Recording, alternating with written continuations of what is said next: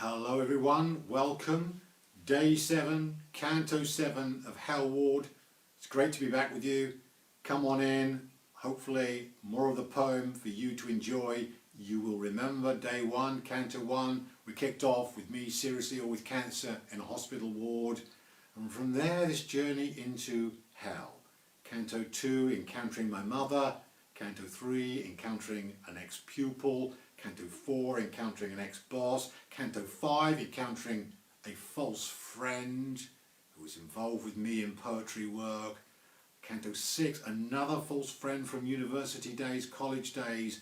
And now the final friend in this sequence, the third false friend, a friend who was actually with me way back at school many, many years ago, and now actually literally long dead. So, Canto 7, School Friend. I scarcely could consider what I'd seen and what the upshot was, as then I crashed, sprawled on a hard floor, left finger broken and throbbing violently, cracked and crushed by Saul's attack. Ribs too now bruised and aching, breath short and desperate, adrenaline rushed throughout my body, mind unfocused, creaking with strain, and spirit lacking force and drive. The years, long years of friendship and its faking brought my life down till I was bare alive. Around me darkness, black as a coal seam. My thoughts were all, where am I and how leave? Where is my guide? Was that someone I dreamed? How lonely being lonely felt. Almost false friends were better. Comradeship with them surely counted, at least together not lost, as lost now and in darkness, blinded, bound by fears and the tingling creep of dead ghosts. I shuddered. Perhaps if I made a sound, someone would come. But no sound came, only within, a pulse, flawed, as if it were wounded, and at the last would stutter, stop my journey. I then, the one who comes to see too late the joyless depths of friendships which are phony.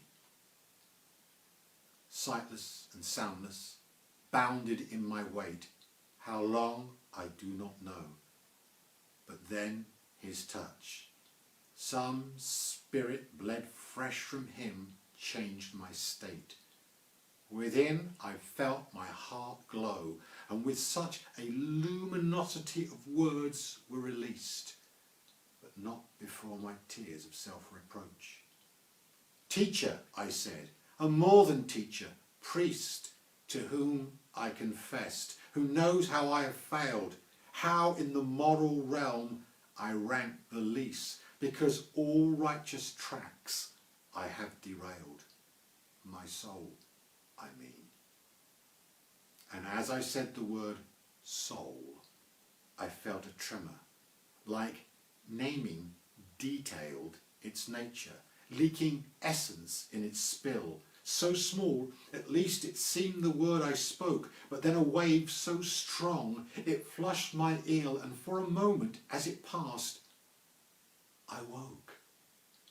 Myself became visible to myself, not a mere image in a rippling lake, as if my eye, without glass, in triumph, could see itself and everything be known, so transparent each human heart, each seraph also, although in the centre there's one I could not fathom in that instant clear.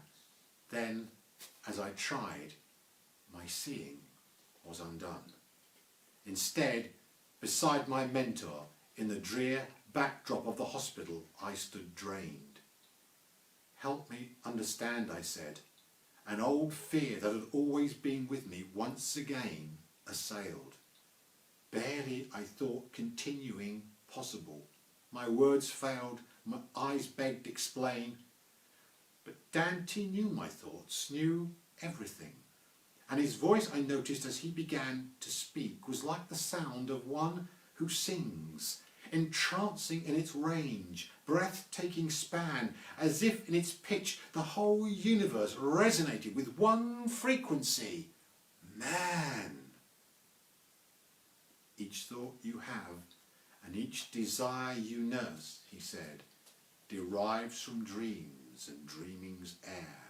And from this invisible and primal source, what solid materializes here. Immortal life, cause and effect, may not always manifest as a conjoined pair. Delay can be profound, prolonged, such that the superficial mock, see that as proof no order is, or word established fiat. Such ones also mock Noah and the roof he built, whilst all the summer sun once shone. But where we are, we find a different truth. How in the past Saul had you overcome, and so his ghost, which you believed was real, believing so, gave him the power to stun your being and render you vulnerable to his assault, as your wounds testify. But put away the pain and shame you feel, for we're not done. And you must fortify yourself against greater enemies yet. Raw strength Saul had, but stronger still's the lie. He paused, as if to magnify effect, and I in wonder thought who he might mean. There is someone near, he said, you must meet, so let us go. The fear no longer seemed as real. His arms swept me forward as some father encourages his child who's been unable to stand. But once standing's done, the child will walk. So I, with surety, found myself now and able to move on. The darkness began to dim, and I could see. Our corridor had rooms on either side, and Dante knew where he was leading me. We came to a door unlike, wider and wide, others we had been through before, as well already open as if to invite lost tourists to enter, enjoy its spell of kind furnishings, not like the bare beds and well-worn basics catastrophic sprawl I'd seen before. There, sitting upright, head reclined, yet so relaxed and smiling hard as if to greet this friend I knew was dead. Dobbin, I said, uncomfortable.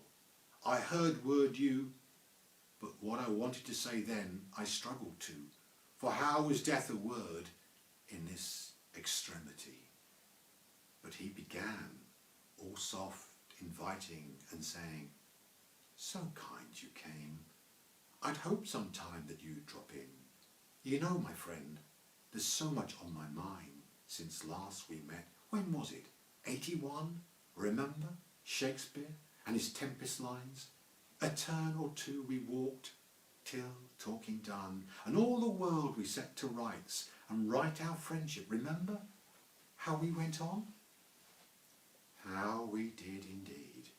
And his voice so slight now, yet with its mesmeric melody I heard, and all its underlying wit. The setup was he somehow leading me, for I could not constrain his genius, or guess at how profound he felt his envy. My task to let all negativity pass. Good times. The mind centres on them, forgets perhaps what happened then, happens, alas. He stirred and stood, as I did by the sheets, and Dante, who'd pressed me so hard, now seemed away, the while my past found sharp repeats. Recalling as memory's self, itself's a dream, in Wales, both students, he my visitor, he came to my room and I heard my name, Jim, let's move on. He pushed the black wheelchair forward and I, confused a moment, losing that recollection I had had, but where, slumped downwards in the carriage he was choosing. From patient to porter, now this porter led, how quickly out the door, speedily moving, away from recovery and his bed. That was it, that was where he had proposed. We tie our knot, and I be in his web. I felt a shock. We had wives. Still, I dozed as through another convoluted twist and turn of reason he pressed. Soft voice glozed about the something he desired. Exist, imagine. Silence then, and the sun shines transparently through threads strong as a fist, but thinner than a smear of fine white wine. So I, his labyrinth in and its round, approaching where the spider claims, "You're mine! Experiment! Our friendship's on new ground!" Bolt upright in the black chair, now awake, aware that webs, like water, run profound. And there's an object that the spider seeks. Arachne's tapestry, lo, what she weaves, majestic, though hubris guides all she makes. Caught there, now watching how gods really live, inflamed by passion and the world well lost, if mortal flesh might have the thing they crave. I saw young Ganymede and Zeus's lust, how boyhood never grew to man, instead eternity, his, spent filling cups. I saw Apollo before he grieved blood of Hyacinthus, with him so blent, and all proportion absent in their bed. Even Achilles hiding in a tent I saw, Patroclus unmanning him there, ensuring destinies to which they went. And more beside I saw, and had to stare at each outrageous hyperbolic act, sterile as lava, as hot and as bare. Then where, I asked myself, stuck as a fact on Dobbin's filigree, was Dante now? Mesmerised, who'd relieve me from this trap? I felt a hand, saw, like pasted on shadow, eyes white and the gleam of teeth emerging for consummation I was bound to follow. Yet, too, a voice, soft as a vow of a virgin, some susurration holy from no place at all, but vital with relentless urging, possessed me just as Dobbin's lips and face so closed on me I smelt his breath's stale rank, aware I was just seconds from his embrace, a lost coin dropped in his bottomless tank. But whatever tapestry was before, another shone from which the other shrank in fear. For her, in truth that one I saw, the one not born as others, but who sprang armoured and fully wise, without a flaw, of whom the whole cosmos in chorus sang her praises, as before her aegis held the Gorgon, from whose face fear itself hung aloft, whose spear, which only she could wield, would penetrate beyond the body's corpse and drive to where the human soul is killed. Truth is, I'd failed and my whole being lapsed, was lapsing, sauntering to Easy Street, willing the hero within be eclipsed, so I with mediocrity might meet and flow across the bridge with one and all who end their lives with just one word, defeat. But as she loved Odysseus who heard her call, so now I heard but lowered the while my eyes, foreseeing such purity meant I'd fall, unworthy me without a sacrifice, the goddess stirring ashes of my heart, blinding my sight from that which petrifies. Her shield, great Pallas, I, sweating with hurt, undo this veil and show me what you weave. So long I've longed for your immortal art, besides which none of man exists or lives. Show me, I cried, what you do, who you are. Still my eyes held down, inward to grieve, for how slow and outwardly from afar she was, unlike Dobbin, who now seemed close, almost upon me. But then I heard her, a thrill of hope ran through for all my woes, though blind time stopped as Dobbin froze and stalled. My mind's eye saw her spear shuttle and sow, a pattern that first looked baseless and scrawled, as if some infant did it, and not better, as if thin air itself held form, which failed. But then, as longer I looked, some new matter appeared, as some deep imprint in my soul, some web so intricate I could not utter exactly or really describe at all, only the goddess Dike's name flashed forth and lit the darkness, breaking Dobbin's spell. Dike! The universe admired her worth. Deathless Athene pledged to fight her cause, that justice might prevail over the earth, above and under. Time resumed its laws. Dobbin slumped back, exhausted with effort, unknowing still why now he'd come to pause and not achieve the goal he'd craved and sought. In one moment I saw his pupils narrow, saw all his eloquence reduced to naught. Like some ghost receding, fast as an arrow, he went from me, and his black chair withdrew, so I collapsed as if hit by his blow. On the cold floor I lay, unconscious, raw, until I felt the arms of one I knew. Thank you.